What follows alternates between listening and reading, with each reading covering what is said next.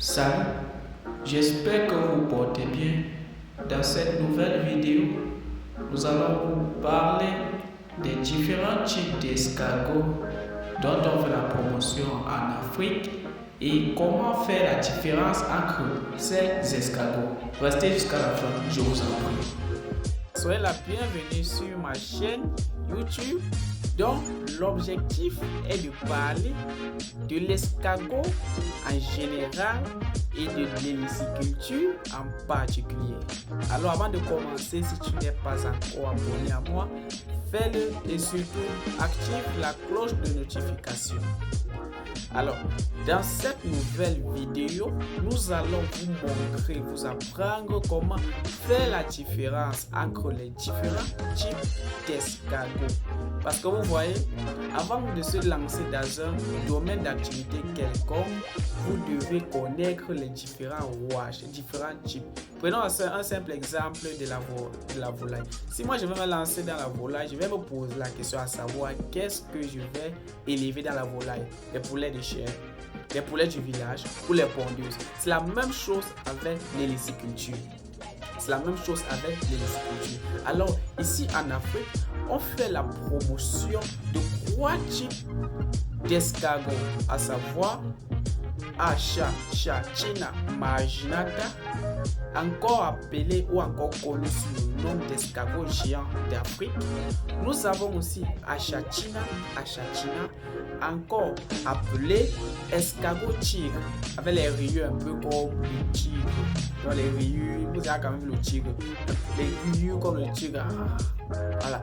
Et enfin, nous avons Achatina fulica.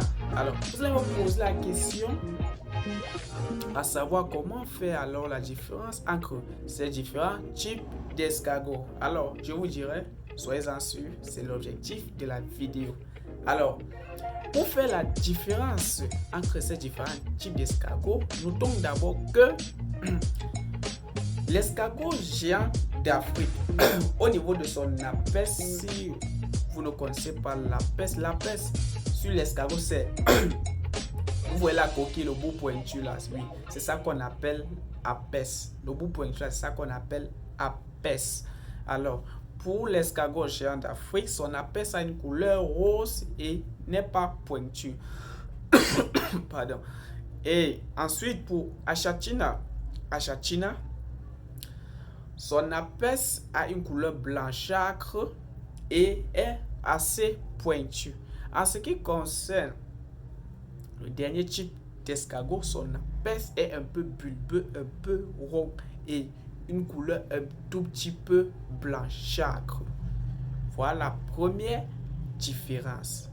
Alors, en termes de maturité complète, à leur maturité complète, l'escargot géant d'Afrique peut avoir un poids de 450 grammes.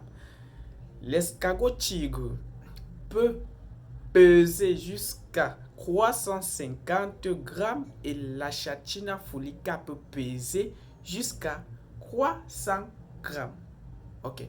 En ce qui concerne les pontes, pour ces 3 types d'escargots, le nombre d'œufs varie de 5 à 16 œufs.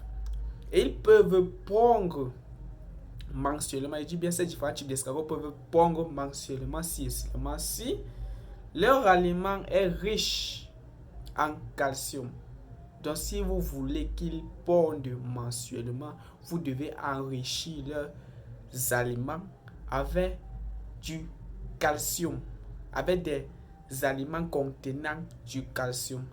Alors vous allez peut-être me poser la question de savoir alors qu'est-ce qui est rentable? Je ne vais pas vous répondre directement parce que ça dépend de votre objectif, bien évidemment, ça dépend de votre objectif. Si c'est de la chair que vous aurez besoin, moi je vous conseillerais, et c'est utile, d'élever l'escargot géant d'Afrique et l'escargot tigre, parce que ces 2 types d'escargots là, ils ont vraiment de la chair. Mais si vous voulez juste extraire la bave d'escargot, alors soyez sans crainte, c'est Achatina fulica que vous devrez élever. Alors, j'espère que tu as aimé. Si tu n'es pas encore abonné à moi, fais-le. Et surtout, active la cloche de notification pour ne pas rater mes prochaines vidéos.